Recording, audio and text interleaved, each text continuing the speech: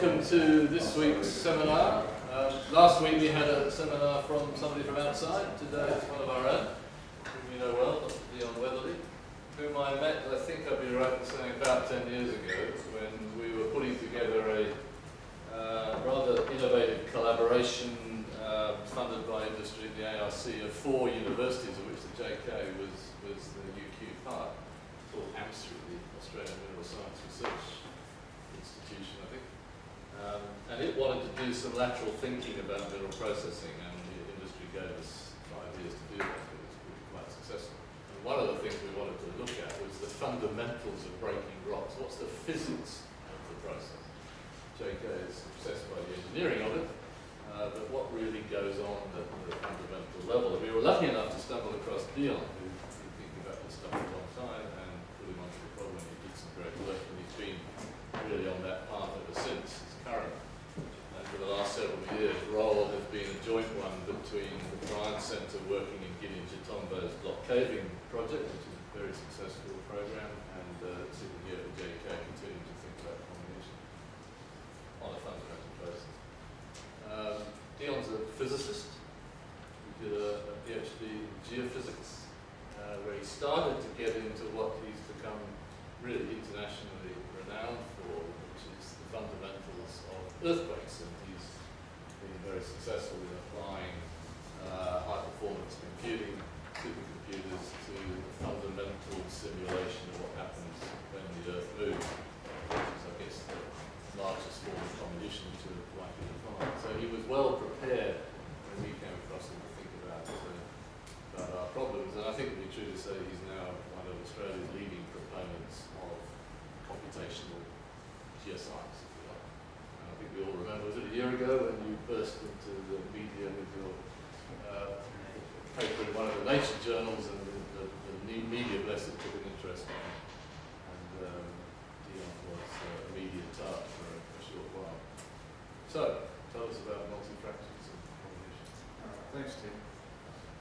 So this presentation came about due to some literature review I started to do a few months ago, where I happened to trip over a paper that I actually started reading way back in my PhD, which was quite some time ago now, about 15 years ago. It was a paper written by a statistical physicist called Donald Turcotte, who also wrote a book called Fractals in Geology and Geophysics. And at the time I first read it, I didn't really understand it, but when I came back to it earlier this year, I realised that in fact he was saying something really quite specific and important about comminution, although he called it fragmentation in that paper. Around that paper I found 2 other papers as well, which also make some very strong statements about comminution. So I thought about all this stuff for quite some time, and decided to put together a presentation, and what I'm going to present today is a presentation on the basis of what I've learned from those 3 papers. I'm going to start the presentation by introducing the concept of fractals, because I'm sure that all of us have probably seen fractals or heard of fractals, but maybe don't realise the true implications of fractals, and in particular fractal geometry.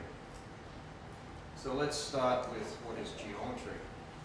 So geometry is the branch of mathematics concerned with the properties and relations of points, lines, surfaces, solids, and high-dimensional analogues. It's also the shape and relative arrangement of parts of something. So geometry is about describing the physical shape of objects. The etymology of the word geometry is actually quite interesting and pertinent to this presentation. So according to Google, geometry comes from the Greek for G, which was earth, and the Greek for metria, which is essentially to measure. So geometry is in fact the study that attempts to measure the earth.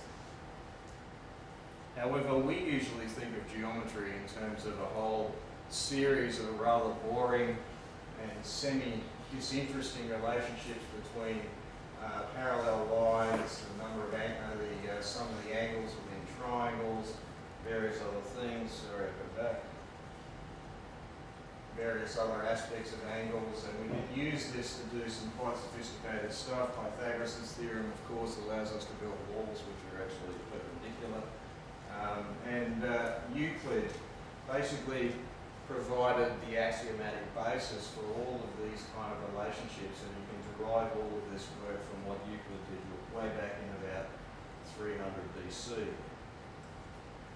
But it's a rather boring and dry discipline as far as it goes. And Mandelbrot famously wrote, "Why is geometry often described as cold and dry? One reason lies in its inability to describe the shape of a cloud, a mountain, a coastline, or a tree. Clouds are not spheres, mountains are not cones, coastlines are not circles, and bark is not smooth, nor does lightning travel in a straight line."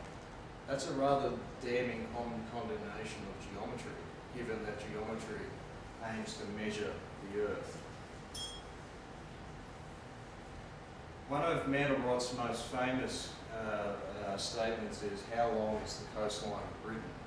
Now that is most definitely a question of geometry, and yet Euclidean geometry does not provide a unique answer to that question. If we consider a map of England at a given scale and then we use rulers of different sizes, we actually get a different answer depending on the size of the ruler that we use. And in fact, if we use a series of rulers and we measure the size of those size of the coastline versus the size of the ruler, we find that we actually get a parallel relationship between the length of the coastline and the size of the ruler that we use, with an exponent here of 1.16. Now, in fact, Mandelbrot wasn't the first to pose this question. Richardson in 1961, about 3 years before Mandelbrot first started working in this area, did a series of studies in which he plotted out the coastlines for various different continents, as well as land frontiers, Portugal and Germany, South African coast. And on a log-log plot, he found that they were all parallels. Now, Richardson proposed this relationship, but he didn't say anything about what the exponent actually meant. For him, it was just a fit parameter. Mandelbrot, however, said, "I think that this is a fractional dimension, a fractal dimension." So what he's saying is the coastline of Britain is not just a straight line with a Euclidean dimension of 1, but rather it's something more than just a straight line. It has some extra structure to it, some extra wiggliness. And so Mandelbrot proposed the idea that in fact you could have a geometry in which you don't just have natural numbers for the dimension of an object, so 0 for a point, 1 for a line, 2 for a surface, and 3 for a volume, but in fact there is a whole spectrum of dimensions between 0 and 3, describing points, clouds of points, which he called fractal dusts, lines, curves, planes, rough surfaces, mountain topography, if you wish, as well as solid volumes and perhaps volumes which aren't quite as solid as they might seem. And then in the introduction to Mandelbrot's famous book, The Fractal Geometry of Nature, Mandelbrot says, "Scientists will, I am sure, be surprised and delighted to find that not a few shapes they had to call grainy, hydra-like, tortuous, wiggly, wispy, wrinkled, and the like, can henceforth be approached in a rigorous and vigorous quantitative fashion." So what he's saying is, fractal geometry actually provides us a way to describe the shapes of real-world objects that Euclidean geometry does not. And it can be quite quantitative. I'm going to start with a few simple examples to try and give you a flavour on some of the features and properties of fractals. So consider that we start with a straight line, and then we divide that line into 3 parts, and we put 2 more lines in there. And then for each of those lines, we do the same thing again. And we do it again and again and again. What we end up with is a curve which is known as the Koch curve. And it comes from the 1900s, and mathematicians were very interested in this curve because it turns out it's non-differentiable. You cannot take the derivative of that curve with respect to distance along the curve. And the mathematicians considered such curves to be monstrous and something of a novelty. Now, using the definition of a fractal, which is that the number of objects of a given size is related to the size according to a power law, and rearranging that, we can get a formula for how to calculate D. And this formula goes log ni plus 1 over ni over log ri over r plus 1. So at the 0th order generation, r naught is 1 and n naught is 1. At the second generation, the length of each straight line is 1/3, and there are 4 of them. And then likewise, there is at the third generation, each line is of length 1/9, and there are 16 of them, and so on. So if we plug that into the formula, we find that this particular curve, the Koch curve, has a fractal dimension of 1.26. So it's greater than 1, but less than 2. So it's not just a straight line, which has no thickness in the second dimension. It does have thickness in the second dimension, but it doesn't fill the space. Now, you can do a series of variants on the Koch curve, and I apologise for the quality of this image, it was the best I could find, where you just change slightly the rules for how you replace each line with a new line. And you can get a whole series of Koch curves ranging from a fractal dimension very close to 1 through to a fractal dimension equal to 2. And as you can see, as we move down through these fractal dimensions, we're increasingly filling up the space. And that's the concept behind the fractal dimension. The fractional dimension describes the amount by which a particular object fills space. And one of the key and important properties of a fractal so defined is that it's self-similar. If I zoom in on the Koch curve and look more closely, I find the Koch curve again and again and again and again. And you can do this in 2 and 3 dimensions. It would be remiss of me to do a presentation about fractals without showing a whole bunch of weird and wonderful, seemingly surprising pictures of different types of fractals. So here's a 2-dimensional fractal and another 2-dimensional fractal, similar to the 3D Sierpinski gasket. Here's another fractal. If you look carefully, you can see that repeated over and over and over again are the same structures. It's self-similar. Mandelbrot is most famous for his Mandelbrot set, which I'm not going to talk about today in much detail. But the Mandelbrot set has garnered considerable interest worldwide because of its extreme self-similarity. So there's the main set, and if we zoom in closer, we find the same shape repeated over again, and there it is again, and there it is again, and there's another one in there, and there's another one in there, and it continues ad infinitum, ad nauseum. However, Mandelbrot describes these perfectly self-similar fractals as monsters and abhorrent to nature, because natural objects are never entirely self-similar on all scales of observation. And yet the self-similarity of natural objects is entirely unmistakable. Let's take a thin section of a piece of rock at less than 1 millimetre of scale, or take a hand specimen, or an outcrop, or indeed part of a continent. And we can see the same types of structures repeating on all of those different scales.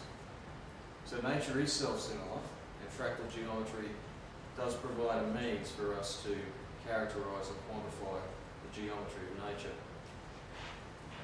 Now, again, it would be remiss of me not to mention earthquakes at least once in one of my presentations. So here's the obligatory mention of earthquakes. In an introductory seismology course, one of the first things you learn is the Gutenberg-Richter law from the 1950s. That law says that the number of earthquakes in a given region that releases an energy greater than E, it's a cumulative distribution, is proportional to that energy E to some power minus B. This is called the B value, and we use it to characterise the frequency with which earthquakes of different sizes occur in a given region. In fact, this is the very earliest form of earthquake prediction. It says that within a given period of time, you can expect to get a certain number of earthquakes of a given size. Now, in the 1950s, when Gutenberg and Richter proposed this law, we didn't have a great deal of seismic data. It was only about 30 years, 20 years after instrumental seismographs started to be installed. As the data increased, we discovered that in fact this scaling, this power law scaling, seemed to break down as we got to larger earthquake sizes. There seemed to be a change in the scaling behaviour. The power law exponents seemed to change. Now it took some time, but physicists figured out what was going on here. At this scale, at this size where we're changing the scaling behaviour, they were able to relate that to the thickness of the seismogenic crust. And to try and explain that, I'll give a little diagram here. So earthquakes can only occur within the top 30 kilometres or so of the crust, where the crust is brittle. Below that, the mantle is ductile, and earthquakes do not occur in the mantle. So there is a thin boundary layer of about 5 to 30 odd kilometres thick, the surface of the Earth, where earthquakes can occur. Now, small earthquakes occurring within the seismogenic crust will typically rupture a fault in a roughly circular pattern. As the earthquake size or magnitude gets bigger, the size of the ruptured zone gets bigger, until you get to the point where the rupture hits the surface and the base of the seismogenic zone. At that point, the earthquake ceases to grow in a circular fashion and starts to grow laterally in a rectangular fashion. The point here is that we've changed the shape of the rupture zone, and that change in shape of the rupture zone gets reflected in a change in scaling of the earthquake magnitudes. So there is a physical origin for this change of scaling. These days we say earthquakes are multi-fractal, with two scaling regimes. The characteristic scale separating these regimes is related to the thickness of the seismogenic crust. Now, a multi-fractal is just Mandelbrot's fractal, where we allow the fractal dimension to be some function of size. And this can actually be generalised so you can produce any kind of curvature you like in a log-log plot, but it can still be analysed in a fractal manner. And this d of r function is very important in some disciplines, and as we'll see, quite important in Comminution as well. Before I talk about that, let's just briefly have a bit of fun and talk about how you would measure the fractal dimension of a particular object, in this case, Mickey Mouse. So one of the methods to measure fractal dimensions is called the box counting algorithm. It's quite simple. You divide the space containing the object into 4 cells in this case, and you count how many of those cells contain part of the object. So at this scale, all 4 of them do. At this scale, all 16 do, although you might argue that only 15 of them do, because just the very corner of his cheek made it into this last box down here. If we subdivide it even further, we find that only 49 of the 64 of those squares at that scale contain part of Mickey Mouse. And so if we plot the side length versus the number of boxes containing Mickey Mouse, we get 4, 16, 15 if you wish, and 49. If we plot that on a log-log plot, we find that we get a power law relationship with a pretty good fit, and the exponent is 1.8. So Goofy will have a fractal dimension of 1.8. And of course, Goofy characteristically doesn't know what the hell he's talking about. So I'm pleased to see that no one is lying back like this poor character at the present time. But what does this have to do with Comminution? Why am I talking about multi-fractals today? Let's consider sieve sizing. Sieve sizing involves taking an amount of product from Comminution and passing it through a series of sieves to collect and measure how much material there is in that product on different scales. That's a box counting algorithm in much the same way as it was for Mickey Mouse. Now, Don Turcott, the statistical physicist I mentioned earlier, a collaborator of mine a few years ago, and also one of my PhD examiners, has argued, and others have agreed with him, that particle size distributions should therefore be modelled as power laws, because what you're doing is attempting to measure a fractal dimension, even if you don't realise it. And he proposed that the cumulative mass of material greater than a size R divided by the total mass, so that's kind of percent passing by mass, is equal to that size over some characteristic size to some power alpha. On that basis, Turcotte can derive quite simply a relationship between this exponent for the percent passing by a mass distribution to the fractal dimension of the product. And it's simply D equals 3 minus alpha. And I'm going to use M later in the presentation in exchange for alpha as well.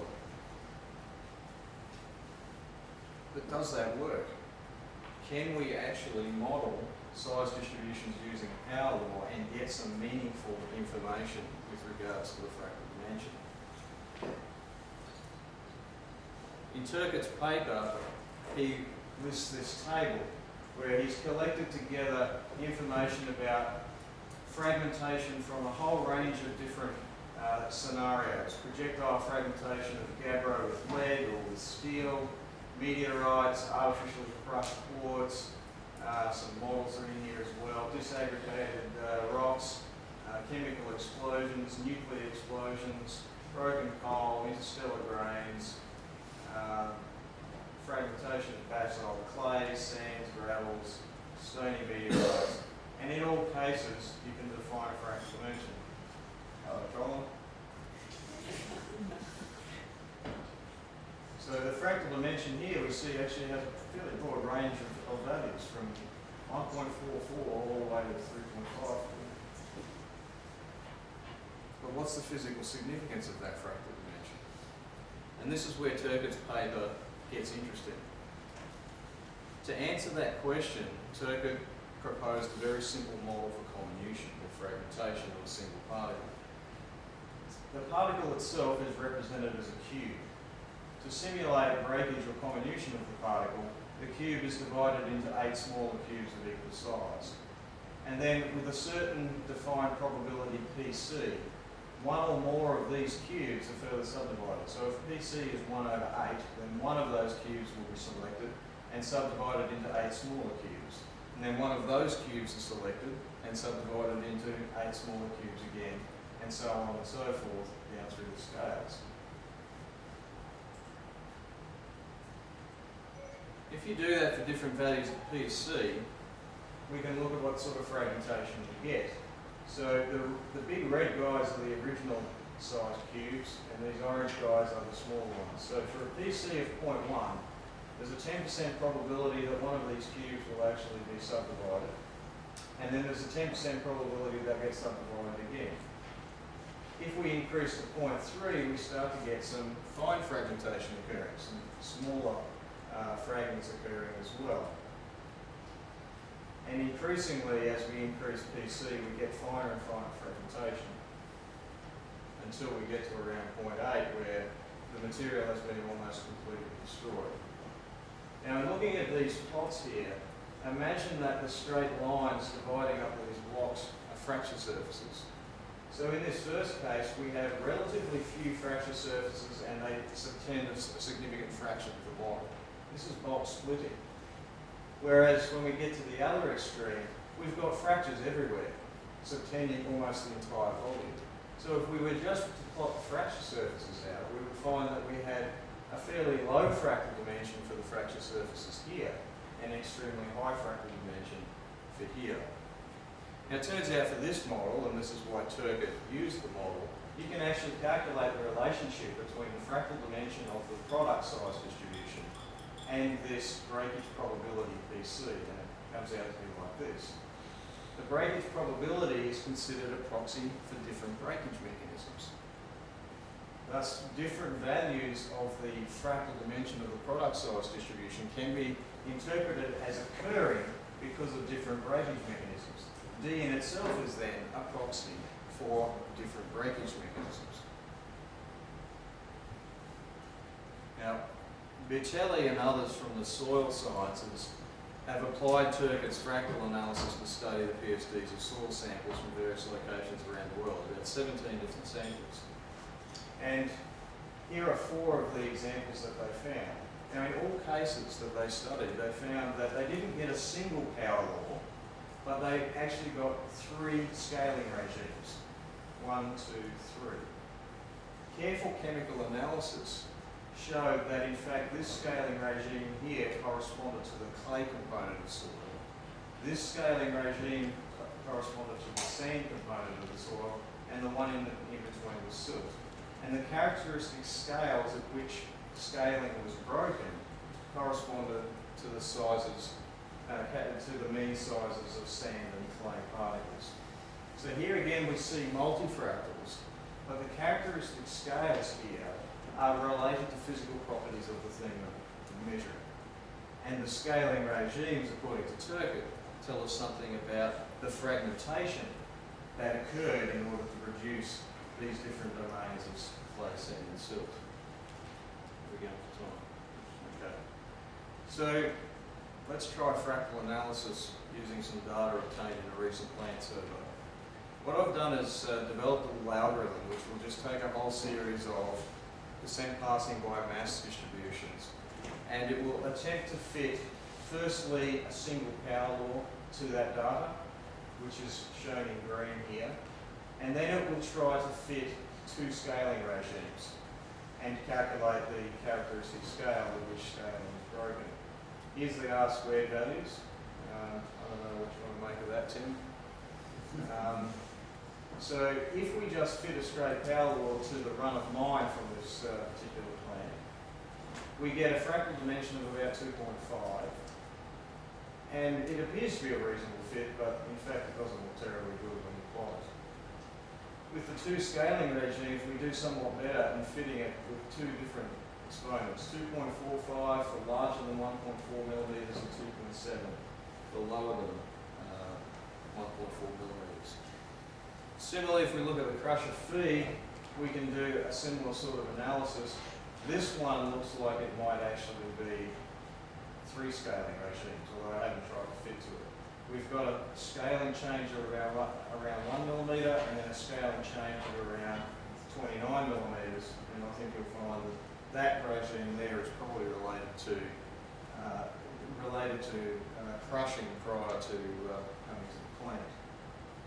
Secondary crusher product from one of those crushers looks to be, for all intents and purposes, power law with a fractal dimension of 2.4 thereabouts. However, that's not always the case. The product from this other secondary crusher appears to be multi-fractal with a fractal dimension of 2 in the large regime and 2.58 in the lower regime, with the breakdown in scaling occurring at about 8 millimetres, which turns out to be related to the screen size. Similarly for HPGR, for the HPGR feed, we find that it is a multi-fractal with a characteristic scale of about 2.8 and 2.9. But the product from all of the HPGRs is power law. It's just a single fractal with a DF of around 2.6. So there's all 3 of them. They're all very similar to each other. Now this is suggestive that the HPGR might actually have a characteristic breakage mechanism because it produces the same fractal dimension product. Okay, this is going to be a short presentation today, but hopefully it will spawn a lot of discussion at the end. So, back to the future. The third paper that I found was one by a guy called Carpentier and his collaborator Putnam. And he made the outrageous claim that he could generalise Bond's third theory of comminution using fractal theory. So let's go back and have a look at part of the derivation of Bond's third theory of comminution. And it's really quite interesting. Experience has shown that the average slope m of the size distribution percent passing line of crushed and ground products on a log-log plot of the percent passing against the SID opening is very close to this number. What he's doing here is fractal analysis. The slopes vary somewhat with the nature and history of the material. So he's saying that that slope m is not equal to that value, which he makes use of later in his derivation. but actually can change due to the nature of the material and its history, its breakage history. But the average indicates that the normal slope of a homogeneous material is around here. So then instead of using m, he goes on to just use this value here, 1 over the square root of 2, where y is the percent passing weight, x is size, and b is the B80. The percent passing varies as the particle size x to the power n, which equals 1 over root 2. Now if we let y equal m greater than r over m divided by 100, and we let p be rc, and alpha equals m, then we find that Bond's relationship here is equation 1 is exactly the same as the one that Don Turpin proposed in 1986. And D therefore equals 3 minus n. Now this is part of Pugno's derivation of the relationship between the energy required to create a new surface and the size of the product. So to start with, he calculates the total fracture surface area obtained by integrating effectively the probability density function representing percent retained on the screen at a given size. Multiplying that by 4 pi r squared and the number of particles, he's assuming here that particles are essentially spheres with a 4 pi r squared surface area. And integrating over the full range of sizes, you can calculate the total fracture surface area that's being generated straight from the particle size distribution. Introducing the power law form of this size distribution, we find that the area A is given by this kind of thing, where D is the fractal dimension. You can also calculate the total volume of those particles in a similar fashion, just replace 4 pi r squared with 4 pi r cubed. This is basic statistical physics. This is how statistical physics works. And we can calculate the volume there as well. And he makes a couple of little assumptions. And then he says, okay, so the energy dissipated to produce that new surface, so this is the surface energy, can be provided by the product of the fracture energy, which is an intrinsic property of the material, and the total fracture surface area, A over 2, because A is common to both fragments. Plugging all this stuff in, and he gets W equals the GF multiplied by the volume of the particles to the D over 3. Now volume to the 1/3 power is size. So what he's saying is that the fracture surface energy, or fracture energy, is proportional to size to the power D, the fractal dimension of the product. Or if you prefer ECS, we divide by the volume, which effectively means we divide this by x to the power of 3, so this becomes x to the D minus 3, but D minus 3 is simply minus m, the slope of the original percent passing by mass distribution on a log-log plot. So according to Rittinger, the energy input to break a cube of diameter d varies as d squared. According to Kick, it varies as d cubed. And the argument that Bond is making here is that in this case we are producing fractures which are basically surfaces, and in this case we're producing fractures throughout the entire volume. And so Bond just simply says, well, let's just take the average. So D equals 5 halves. However, with this fractal approach, we can say that in fact it's not 5 halves, it's D.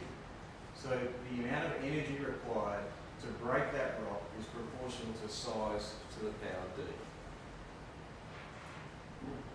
So in summary, fractal geometry provides a means to describe the shape or form of natural objects via a fractional or fractal dimension.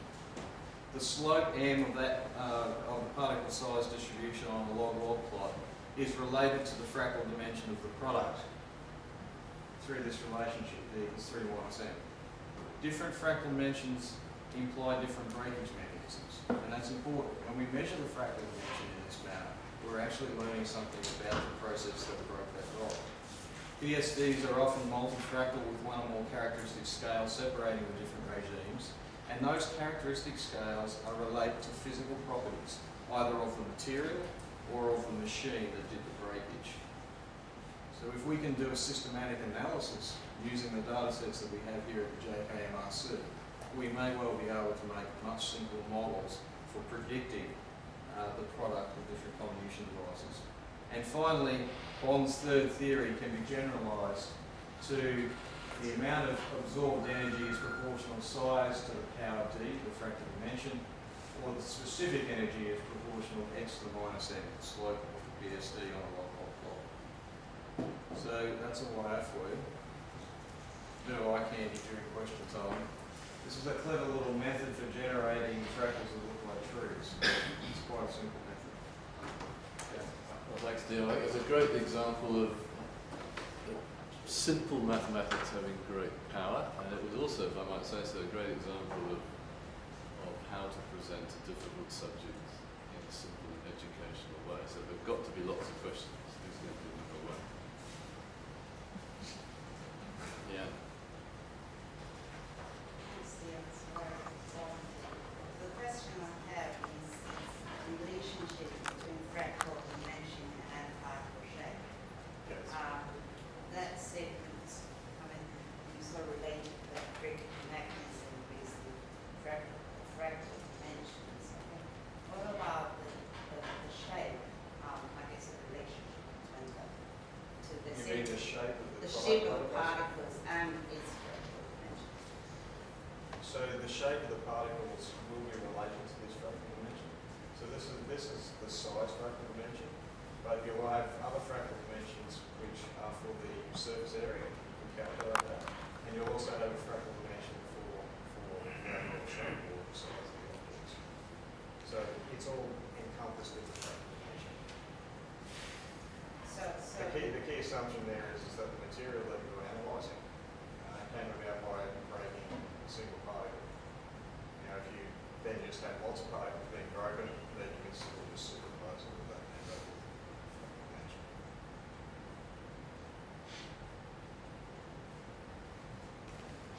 Dina? Yes, it's interesting. I mean, as you know, I'm aware of these things, and what I noticed in the last couple of decades was that this fractal stuff became really hot thing in the 90s, and then somehow ran out of decline.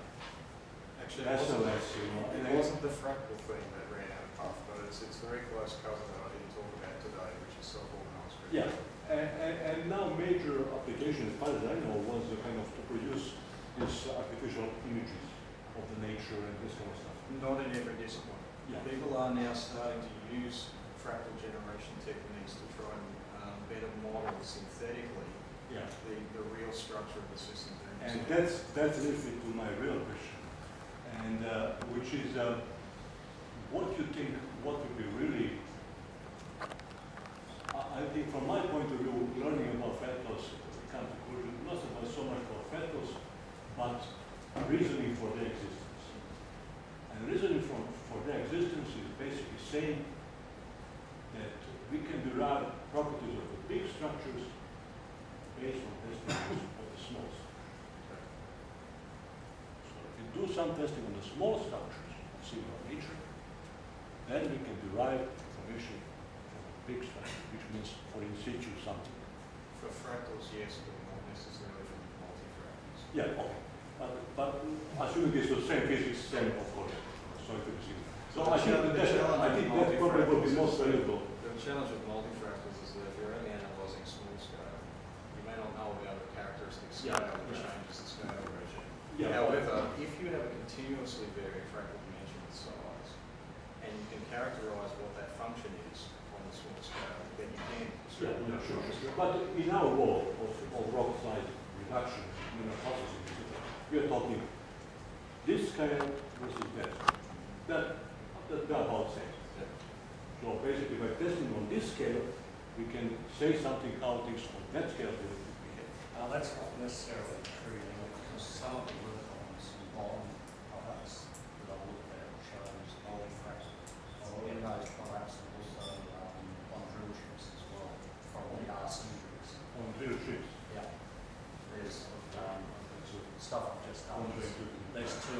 two fractal dimensions sitting in it. So I want to do. What, is it the same rock type? Same properties? Yeah, same sample. Same sample. Okay, well, getting more difficult. Yeah, unfortunately. I just wonder, combination more is closely related to the hardness, sort of more conventional physical properties. Sorry, can you say the first bit again? The hardness of the rocks, right, is more related to the combination ion. So how do your parameters like the fractional dimensions? So the fractal dimension probably does not depend upon hardness. It will depend upon the structure, internal structure. That's what I mean. Basically, this approach is very much purely for the reasoning of the shapes, right?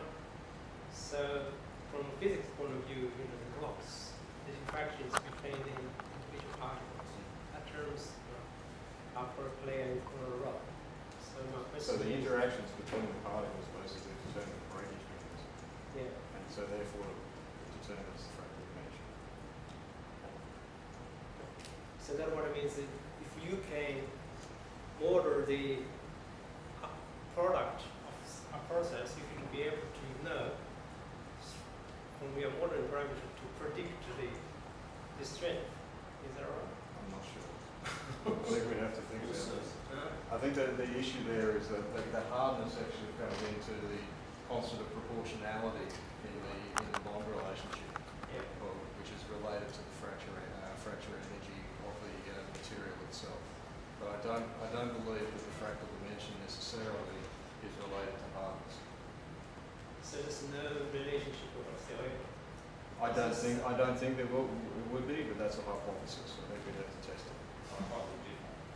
Sorry? I'm probably different, I think. So, Again, Just for observation. Dion, you presented the topic very well. Thank you. let me just agree with I'm this. very interested in you showed the plant data and the multi-dimensional, in particular the HPGR.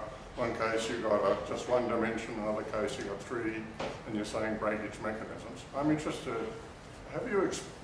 you must have explored that a little bit further in terms of what you're thinking about in terms of breakage mechanisms. Unfortunately, And two, the extent of my why, exploration has been to collect the data sets, and I haven't had a chance to really systematically analyse it up to this point. I'd hoped to do that before this presentation, but I didn't get there. have you had a thought about why in one case the HPGR produced one dimension and another situation produced three? In the case of the data shown here, all of the HPGRs produce roughly the same fractal dimension, but the secondary crushes were different. Yes. But it was pretty minor. If we look back at the data, it was kind of touch and go whether a single power law or a multi-fractal was I'm appropriate. sort of hoping you would start talking about texture and stuff like that. Have you been looking at In the that? next edition, hopefully, yes. Oh, okay. Yeah, I think my question sort of leads on to that. I think you say that its characteristic scales are related to the material properties or the machine parameters. There's obviously some sort of ratio of the two. So one of the first ones I analysed, and I couldn't find the data in the last couple of days, unfortunately, was I had a crusher feed and a primary crusher feed and a product. What was really interesting there was that the feed was power fractal, but the product was multi-fractal, and the characteristic scale was the close second. Have you looked at the grain sizes? Because I think if you see where that fractal dimension changes shape, it's around about, say, 1 millimeter, which is characteristic of a grain size. So you can imagine that. I believe that's the case, but I haven't looked at it. So that's the textual. So at a larger scale, they're all behaving as a rock, and then at a smaller scale, then they're seeing how they have to break relative to grains. So you'll see, and we see that in the rock engineering nature as well, that the actual discontinuity structure works at a bigger scale, and then as you get to the grain size, it depends on the matrix versus the material hardness. You get different. So the idea here is we should be able to extend this all the way out to block patterns. But we'll have a few different scaling regimes because somewhere joints or veins start to come into play with this kind of fragmentation. And at some point, grain size has to come into play as well. In the time series, Josh had about fractal dimension is looked on as a way of persistence. But times we start with fractional Comminution. So is there any evidence from what you've seen that fractional dimension gives some indication of how energy might propagate? Absolutely. That's basically what the relationship down here is all about. So in terms of the language of persistence, a low fractal dimension, as defined in this presentation, means that you have large persistent fractures. If it's a high fractal dimension, it means it's high non-persistent and distributed fractures that are uncorrelated. So the breakage you're seeing is probably the difference in the way that the mechanisms apply. Yeah, the persistence of those fractures then determines how much energy you need to put into the rock, because you have to overcome the strength of the rock in order to fracture it and ultimately fragment it. And that's encompassed in the fracture energy, which is a fundamental physical property of the material itself.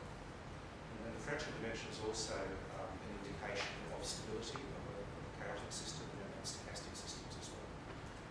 So is there any evidence that the geological formation process induces certain fractional dimension? Because if they can be modeled as PDEs or something like that. Yeah, I can't, I'm not sure.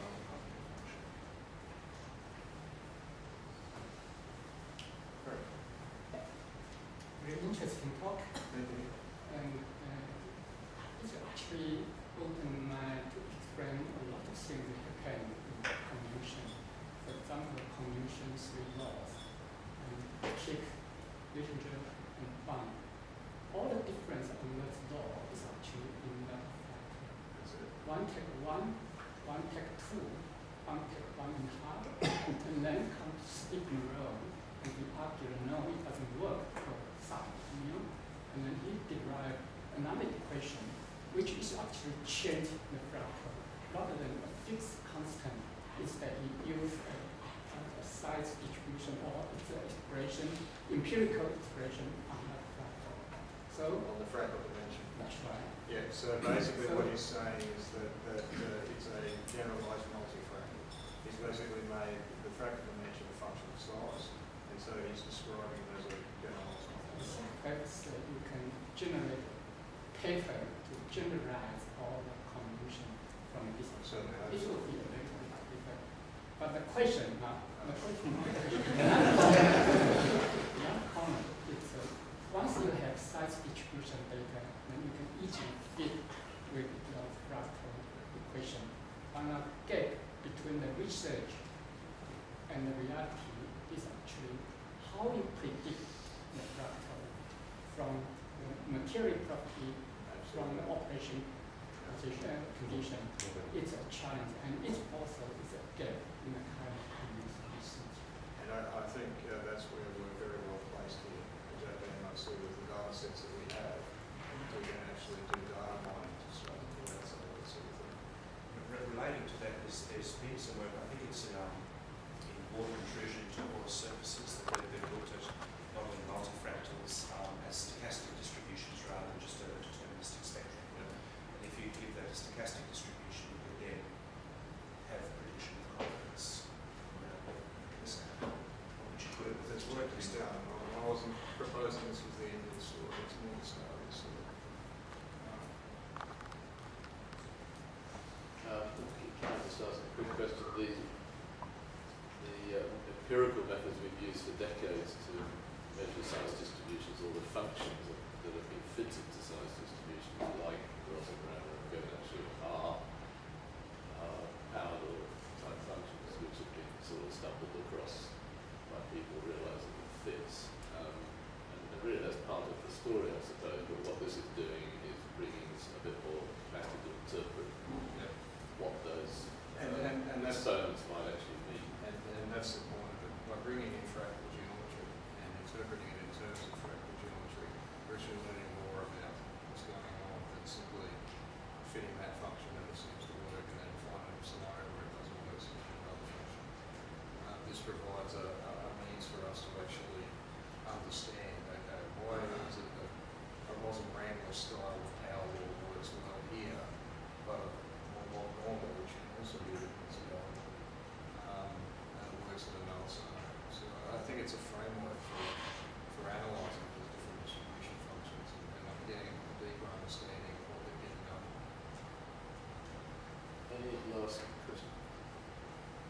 thanking Dion for his talk this morning, there's a couple of things that occurred to me. I just want to make 2 quick points. One is that I really do believe that in organisations like the JK and any peer groups, having a physicist around is a really good idea, or even a couple if you want to stretch the point. But because they don't have the prejudice we have of process engineering focuses. They have a much more helicopter view of the generality of the problem. They always give you a new view of the world, which is exactly what we've heard from Dion this morning. And the second point I want to make really follows on from his just last comment. This is really a new window in which we can gaze upon the mysteries of comminution and learn things about it that will be useful to us. And I can tell you that as somebody who's been an interested observer over a long time of what this place does, I sit in on, as you know, on the thesis reviews, and I go to research meetings, and I've been to a couple of conferences recently that have talked about comminution. This place is still right out in front by 1,000,000 miles in this area, and the reason is the kind of synergies that we're getting from the fundamental approach to the physics of the problem and this sort of interpretation that people like Dion bring to it through the calibration of let's say, his fundamental simulations on supercomputers by measurement, which we're very good at, and then the connection through to production and how we can solve real problems. That does not exist to the scale it does here anywhere else in the world. And the work going on here, I think, as somebody who's not directly involved in it, is absolutely outstanding. So I think it's traditional to say, thank you for that thought-provoking talk. Usually when people say thought-provoking, it means I can't think of anything else to say. Let me tell you, that was really thought-provoking, and the questions illustrate that. And I think we've got a duty to go away and have a think about some of the things Dion's talked about and see where it might take us. Dion, thanks so much for a great talk.